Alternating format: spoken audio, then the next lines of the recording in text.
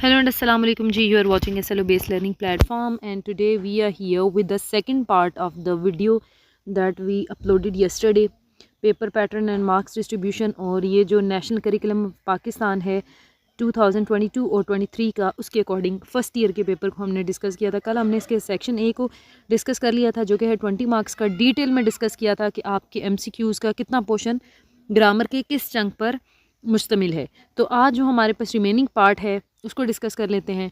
So today we are here with section B, जिसके total marks हमारे पास हैं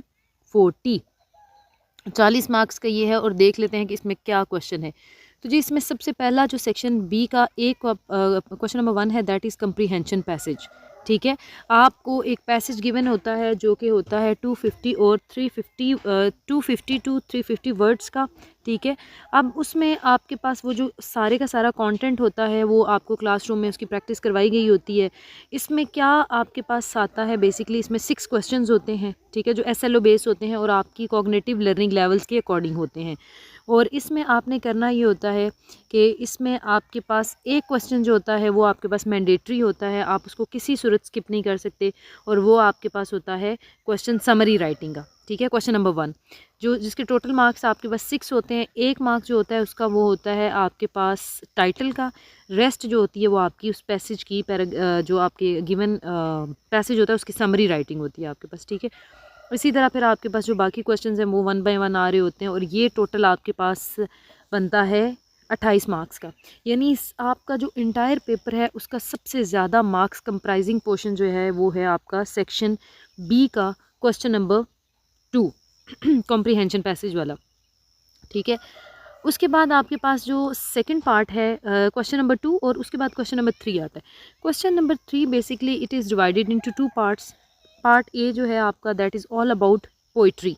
ठीक है, आपका जो पोइट्री है वहाँ से there will be stanza will be taken from the poetry. और उसमें आपने क्या करना होता है, आपने उसकी पैराफ्रेजिंग नहीं करनी होती, बल्कि there will be 3 question related to that stanza, जिसमें आपसे पूछा जा सकता है कि राइट ऑन द थीम। उसकी थीम आपसे इन्फर्ड मैसेज आपसे पूछा जा सकता है, उसमें यूज़ होने वाली पोइटिक डिवाइसेस आपसे पूछी जा सकती हैं, या फिर वो जो आपके पास गिवन स्टैंजा है उसी में से किसी एक्सप्रेशन को अंडरलाइन करके आपको कहा जाएगा कि right the meaning of this underline word. ठीक है, तो ये आपके पास है 3 क्वेश्चंस होते हैं and each question carry 2 marks. तो ये 6 नंबर आपके यहाँ से हो गए। नेक्स्ट इसी का जो क्वेश्चन नंबर 3 है, इसका जो पार्ट है पार्ट बी, ये आपके पास होता है जी this is all about your elements of drama. ठीक है, यानी ये आपके पास बेस कर रहा होता है। इसमें भी आपके पास there will be 2 questions over there, जिसमें से आपने एक अटैम्प्ट करना होता है। और क्वेश्चन आपसे क्या पूछे जा सकते हैं, आपसे कहा जा सकता है कि what is the setting of the recently read literary work. ठीक है, जो भी आपने पढ़ा होगा, जैसे फर्स्ट ईयर के बच्चों ने जो प्रीवियस स्टूडेंट थे उनके पास था जी प्रोग्रेस, और अभी उनकी बुक में जो प्ले है दैट इज़ 14। ठीक है, तो उसके रिलेटेड आपसे कैरेक्टर पूछे जा सकते हैं कि what are the major characters and what are the major और minor characters in the recently read literary work, वो बता दें। कन्फ्लिक्ट का बता दें कि व्हाट इज़ कन्फ्लिक्ट, जिसमें आपने बताना होता है कि इंटरनल कन्फ्लिक्ट होती है, एक्सटर्नल कन्फ्लिक्ट होती है, टोन से रिलेटेड पूछा जा सकता है। And the very important question that is all about the plot. आपसे पूछा जा सकता है define the plot and the elements of the plot of any recently read literary work. ठीक है, तो उसमें फिर आपने प्लॉट के एलिमेंट्स को डिटेल में लिखना होता है। सो ये जो आपके पास क्वेश्चन है इसमें से यानी आपके पास 2 क्वेश्चंस होंगे जिनमें से आपने एक अटैम्प्ट करना है, और इसके मार्क्स हैं आपके पास 6 मार्क्स हैं। फिर जी आपके पास जो नेक्स्ट आ जाता है that is all about your section C. Section C भी आपके पास कितने मार्क्स का है जी, सेक्शन सी 40 मार्क्स। ठीक है, ये भी आपके पास 40 मार्क्स के। इसमें होता ये है बच्चों कि इसमें आपके पास वो कह रहे हैं the student shall be required to write formal letter या job application without covering letter. यानी कवरिंग लेटर आपने नहीं प्रोवाइड करना, आपने 2 चीज़ें, यानी they may ask about formal letter. अब फॉर्मल लेटर की वीडियो हमारे चैनल पे अपलोड है, इंशाल्लाह ताला उसका मैं लिंक डाल दूँगी, आप देख लीजिएगा वो वीडियो भी। उसमें फॉर्मल लेटर की डिटेल्स में टाइप हैं कि लेटर टू एडिटर है, लेटर टू मैनेजर है, किस तरह फॉर्मल लेटर वर्क करता है, उसका प्रॉपर सैम्पल मैंने उस वीडियो में अपलोड किया हुआ है, बताया हुआ है। सो आपके पास सिमिलरली जॉब एप्लीकेशन, यानी या तो वो पूछ सकते हैं कि राइट अ फॉर्मल लेटर। ठीक है, या फिर वो आपसे पूछ सकते हैं कि व्हाट इज़ जॉब एप्लीकेशन। या राइट अबाउट जॉब एप्लीकेशन, ठीक है। अच्छा, इसमें आपके पास जो मार्क्स डिस्ट्रीब्यूशन है वो कुछ इस तरीके से है, कहते हैं for formal letter the distribution of 8 marks would be as follows, ठीक है। तो बच्चों ये आपको यूजुअली मैं क्लास में रूम में बता रही होती हूँ कि जब भी आपने लेटर राइटिंग लिखना है तो आपने ये जो आपकी चीज़ें हैं इनको एक्यूरेट फॉर्म में लिखना होता है, क्योंकि इनके मार्क्स होते हैं, ठीक है। अब देखें यहाँ पे जो आपका एग्जामिनेशन हॉल सिटी ABC, इसका 1 नंबर है, फिर डेट मेंशन करते हैं 0.5, ठीक है। फिर आपके पास आ जाता है इसमें आपके पास नेक्स्ट आ जाएगा बॉडी ऑफ लेटर 4 नंबर की है, जिसमें ओपनिंग सेंटेंस आपके पास होते हैं, ठीक है, 1-2 सेंटेंस वो लिखने होते हैं। फिर ऑब्जेक्टिव ऑफ लेटर राइटिंग लिखना होता है, और फिर कंक्लूजन। तो ये जो आपके पास सारी बॉडी ऑफ लेटर होती है इसके 4 नंबर होते हैं।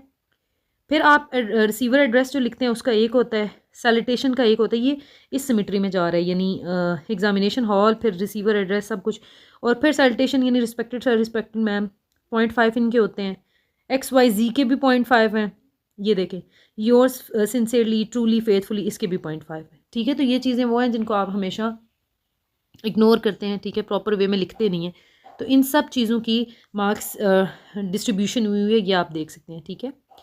नेक्स्ट जी चलते हैं नेक्स्ट क्वेश्चन पे। फिर इसी तरह आपके पास जॉब एप्लीकेशन है, तो जॉब एप्लीकेशन में आपने क्या करना है, रिसीवर एड्रेस का 1 नंबर है, सब्जेक्ट का 1 नंबर है, बॉडी ऑफ लेटर का 5 नंबर है, और 0.5 इन दोनों की ये आप देख लें, XYZ और ये जो योर सिंसियरली, इनके 0.5 नंबर है।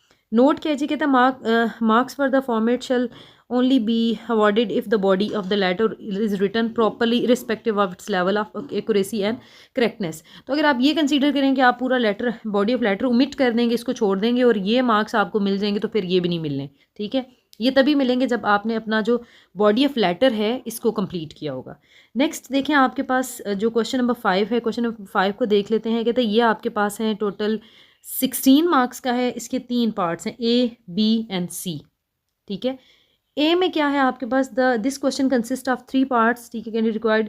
ए में आपके पास consist of 8 sentences comprising the idiomatic expression वाला ये क्वेश्चन है आपके पास, ठीक है, जो कि मैंने आपको पहले बताया था कि अब आपका 80% syllabus first year second year का सेम है, यानी पहले इडियम्स जस्ट सेकेंड ईयर में थे, अब आप इसको फर्स्ट ईयर में भी पढ़ेंगे, ठीक है। नेक्स्ट कहते हैं the B part of this question consist of paragraph and asking the student to change narrations, ठीक है। अब ये नरेशंस भी इन्होंने फर्स्ट ईयर में डाल दिए, पहले ये सेकंड ईयर में थी जस्ट।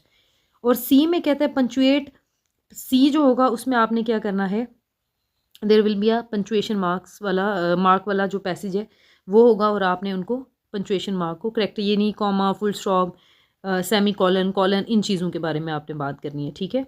नेक्स्ट आपके पास आ जाता है क्वेश्चन नंबर 6, और क्वेश्चन नंबर 6 की भी डिस्ट्रीब्यूशन है, मार्क्स डिस्ट्रीब्यूशन है, और ये क्या है, this is all about report writing.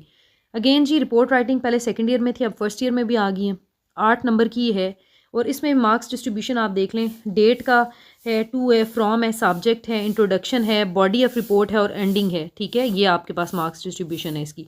Next question जो लास्ट पार्ट है उसको देख लेते हैं। कहते हैं the students are required to write a paragraph of about 100 और 120 words any of the following, यानी आप 2 टॉपिक मिले होंगे, उस पर आपने क्या करना है, you are suppose to write a paragraph, और पैरा उसके मार्क्स कितने हैं जी, उसके 8 नंबर हैं। तो ये सारी चेंजिंग्स थी जो कि फर्स्ट ईयर के पेपर में है, उस मार्क्स डिस्ट्रीब्यूशन को डिस्कस की, पैटर्न को डिस्कस किया डिटेल में। इंशाल्लाह ताला हाजिर होंगे नेक्स्ट वीडियो के साथ।